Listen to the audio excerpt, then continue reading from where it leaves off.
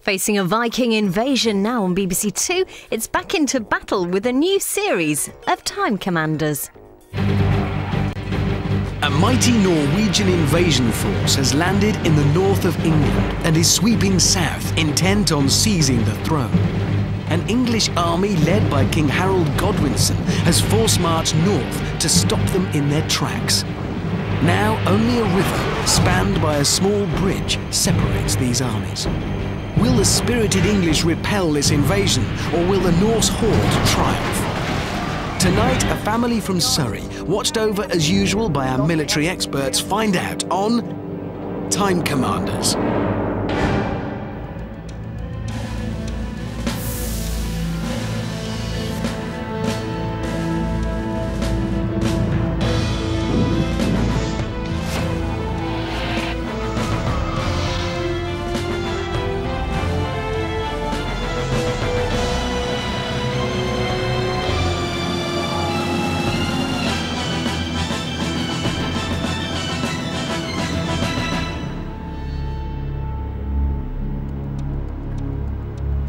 Welcome to the show that can change the course of history.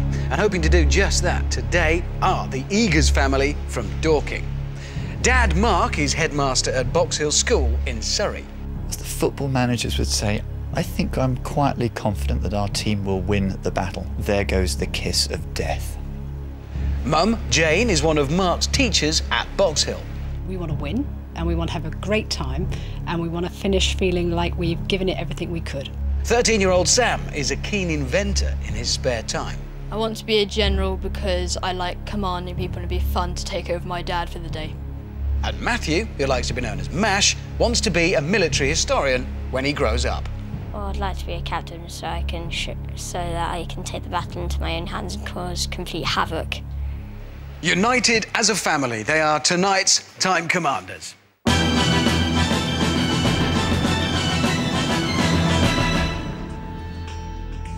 Well, welcome, team, to the show. It's great to have you here. Now, Matthew, it's Mash. Mash, and you're happy for me to call you that? Yeah. All right, Mash. Now, I've been told that you are on record as saying you reckon you're pretty good at this. Yeah. You reckon you could beat our experts? Yep. Seriously? Uh-huh. OK, well, that'll be good. Sam, what's it going to be like? Because you're fighting a battle now with your whole family, with your parents. What's that going to feel like? It's going to be very confusing, a lot of shouting, I imagine. Good. No, shouting's good. That's OK. Confusion is excellent. And finally, Jane, everybody in the family was asked to describe everybody else. And, well, they all used one word to describe you. It was bossy. Is that true? I am not bossy. OK, fine. I'm decisive. I am not Was it Mash bossy. or Sam that said friendly but fierce? Come on, one of you said it. It was you, Mash. All right, well, I think I can get an idea of how this is going to go. OK, well, it's time now for you to meet our Time Commanders experts. Surveying our contestants' every move are historical analyst Arek Nusbacher, senior lecturer in war studies at the Royal Military Academy, Sandhurst, and our tactical analyst, historic weapons expert and military historian, Mike Loads. OK, team, now, pay attention, because here comes your battle briefing. It's very, very important you listen to what these guys have got to say. It could make all the difference. You have got to find a way to preserve the course of British history. You're going to be fighting the Battle of Stamford Bridge. It's 1066, and you are trying to keep an appointment here at a small bridge over the River Derwent near the city of York. Harold Godwinson is on his way to Stamford Bridge. He is the elected King of England, and he is coming to fight against a Norse army. And that Norse army is commanded by King Harald Hardrada. He was feared and fearless. His fighting prowess was legendary, and his leadership was famed. He was considered the most famous and celebrated warrior of his age. And he had just taken the crown of Norway by force, a crown to which he had a very dubious claim. And now he thought the prize of England could be taken by force, a formidable foe. The Norse have gained a strategic advantage by landing an army in northern England, surprising Harold Godwinson, the English king, and defeating Edwin and Morcar, the two earls that King Harold Godwinson had left to look after northern England. But Harold Godwinson was 200 miles away at the start of this campaign, and he marched incredibly in 4 days, took his army 200 miles. And you, time commanders, are going to be in command of Harold Godwinson's English army. Guard it well. History depends on you.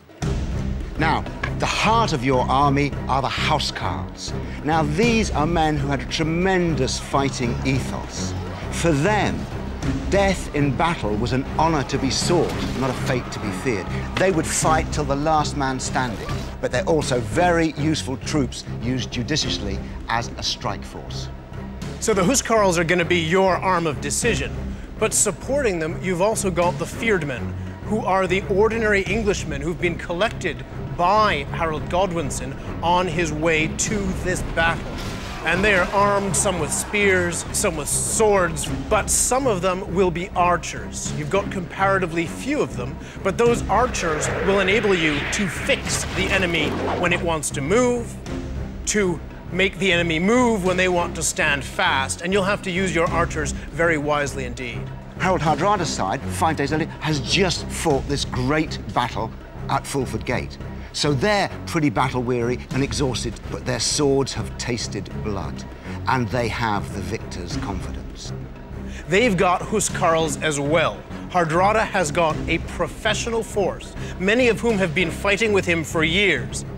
And among these soldiers are another type of warrior known as berserkers. You've heard of going berserk, going into a blind rage, the red mist, the battle fury. Some say it was induced by hallucinogenic drugs. Some say just by the rage of battle. They're said to have gnawed and eaten at their shields before the battle. They would get so angry, get themselves into such a state. These are incredible warriors, and you can use them. Imagine you've got one of those. They're worth 10 men. So we've got the English and the Norsemen slugging it out. I love it. Question is, how do you lot feel now after all of that? Scared. Good. Excellent. You feel good, Oh, you feel yes. scared. I can't believe you feel scared. Just a little bit. All right, well, look, the important thing is you've now got a chance to ask questions. These guys are going to go away soon. The next time you see them, the battle will be over, whatever the outcome, OK? So you've got a chance to ask 2 questions. Use them wisely. Ask away.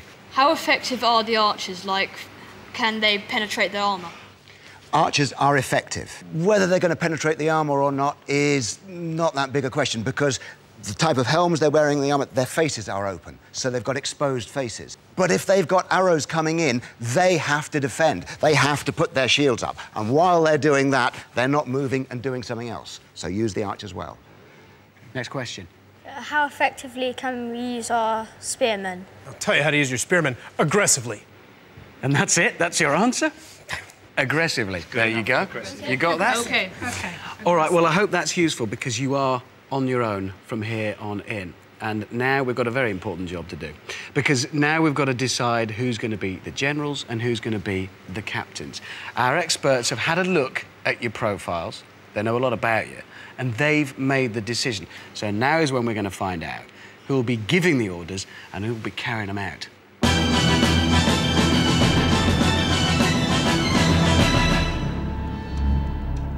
I think my mum would make a good general because she's very bossy, even though she won't admit it.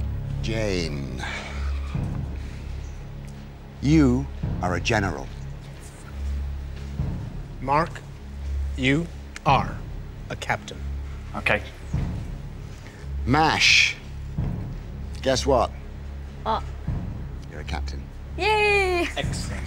And that means that you, Sam, are a general. OK.